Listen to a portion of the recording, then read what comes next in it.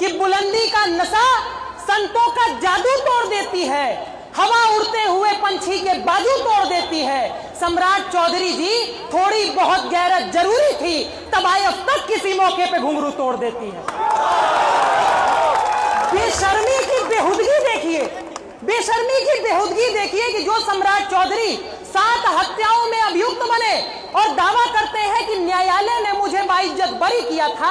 क्या हमारा भरत तिवारी इतना भी काबिल नहीं था कि उसे उसी न्यायालय में जाके अपने अपराध को सही या गलत साबित करने का अधिकार मिलता है?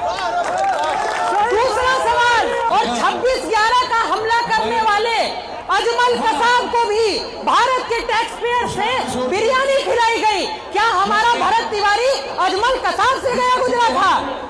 तीसरा सवाल, बेगूसराय में रेप हो जाता है, हत्यारों का इनकाउंटर नहीं किया जाता, रेपिस्टों का इनकाउंटर नहीं किया जाता। नीट की छात्रा के साथ रेप और मर्डर कर दिया जाता है, कोई इनकाउंटर नहीं किया जाता।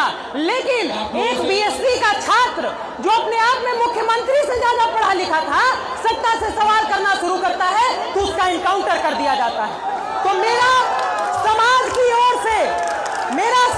ओर से बस एक ही मांग है कि अमर शहीद भरत तिवारी को सिर्फ शहीद का ही दर्जा न दिया जाए, सिर्फ शहीद का ही दर्जा न दिया जाए, अपितु भारत रत्न भी दिया जाए। क्योंकि आज तक केवल और केवल वो युवा जो सत्ता से सवाल करते थे, उनकी हत्या ही की जाती रही है। ये पहला उदाहरण इस देश को साबित करना चाहिए कि आज के बाद इस भरत तिवारी को जब भारत रत्न और शहीद का उपाधि दे दिया जाएगा, उसके बाद इस देश के किसी बेटे को कट्टा और उठाने की जरूरत नहीं पड़ेगी। सबको न्याय सिर्फ कलम के आधार पर दे दिया जाएगा। ऐसे ही चुप कराया जाता है।